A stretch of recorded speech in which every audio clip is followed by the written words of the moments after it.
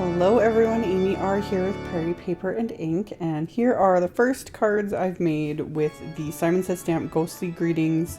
Technically the card kit, but since the card kit is sold out, I do have links to everything individually. And I started off with some Canson XL watercolor paper, and I stamped all three characters from the stamp set twice with VersaFine Onyx Black ink. Since I had enough space, I was like, you know, I might as well make just two cards. And after I'd stamped them, I actually used just the stamp packaging as my palette. And I'm just using different colors of distress inks, and I'm just smushing them onto that packaging, aka palette. And then picking up the ink with a small watercolor brush. I'm using a silver size 2 brush for these. And off to the side, I have my water cups. I have one of clean water and one of dirty water to clean my brushes. And yeah, just mixing up.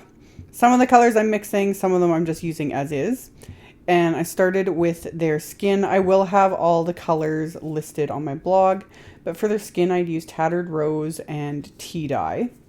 And then for the little girl's hair, I had used Gathered Twigs and Walnut Stain. And then for the little boy's hair in the ghost costume, I used Scattered Straw. And then for the little, like Frankenstein, I decided to color his skin green rather than like a paler skin color. So I just used Mowed Lawn for that. And then I used Black Soot for his hair and his shirt and all of their shoes. And then for the purple areas, I was using Wilted Violet. And then for the little goodie sack, I had used, what did I use? Ripe Persimmon for that one. So once everything was done and dry, I super sped up the coloring because I didn't do anything super fantastic. But once all the watercoloring was done, everything was dry. I trimmed all these out with my scissors, which this one, the little fairy, took the longest because she has the most, you know, the wings sticking out and her hair and everything else. The other two took no time, especially that little ghost. That took about 2 seconds to trim them out. So I trimmed them all out with my scissors, just leaving a border around the images. I did think about like fussy cutting them and cutting, you know, right on the line and all that, but that would have taken even more time. So I just quickly trimmed them all out, and off camera I ended up stamping and the pumpkin from that set, the little jack-o'-lantern, and stamped that a few times and watercolored it as well, but I did that off camera because it was kind of an afterthought. So I trimmed everything out all at once, and once these were all trimmed out, I set them aside, and I had 2 more pieces of the Canson XL watercolor paper. And I have this memory box, the Garden Bear Branches stencil that had also come in the kit. And I laid that on top of the watercolor paper. And for some reason, I thought I had some distress spray stains, and I don't.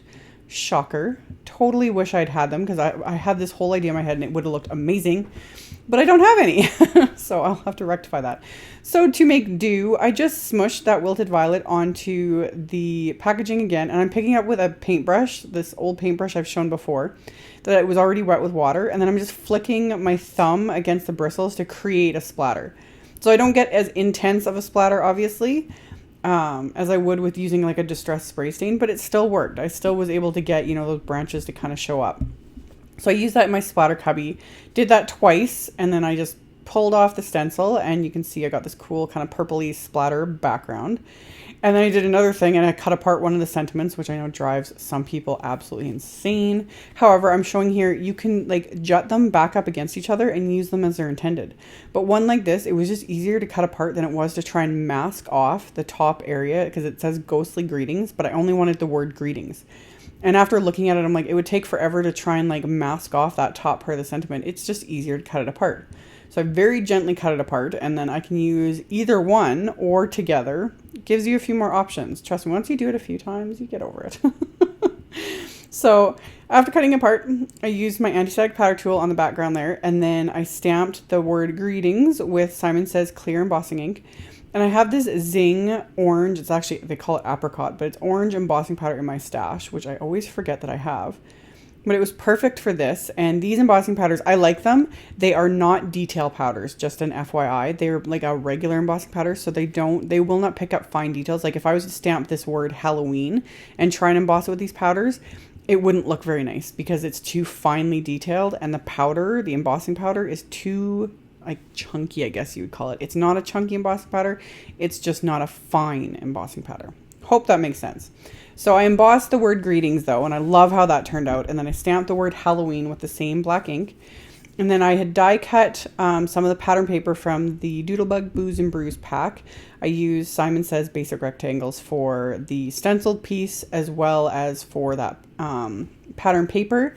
And then to get that scalloped piece, I used My Favorite Things, their stitched rectangle scalloped edge frames, which just came out, which is perfect for something like this because it gave me the scalloped frame and all that interior piece was die cut as well. And I can set that aside and use it for another card.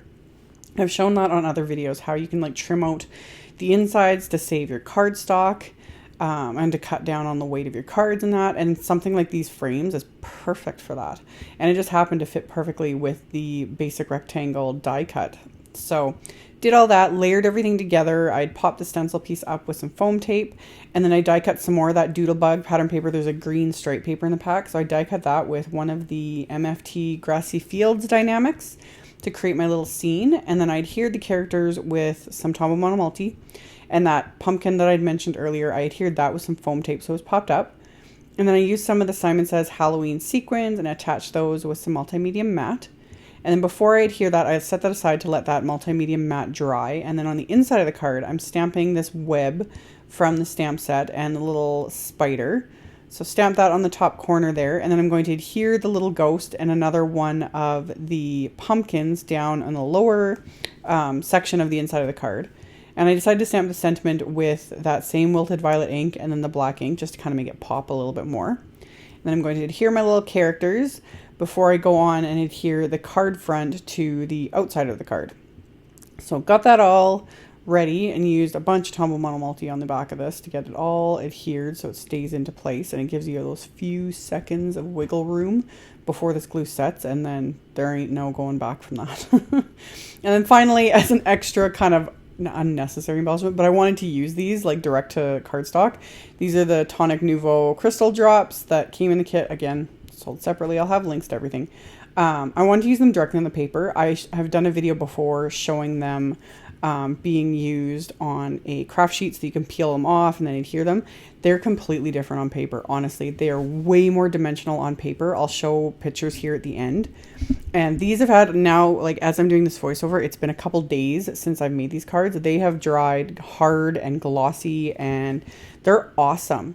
I much prefer direct to paper. As long as you hold the bottle straight up and down and just squeeze straight up and down, don't move the nozzle at all, you get like perfectly round, awesome dimensional dots. So really fun. So like I said a million times, there will be links down below to all the supplies used, as well as my blog post, all that kind of stuff. So you can check that out below if you are interested. Thank you all so much for watching, and I will see you all very soon in the next video. Bye.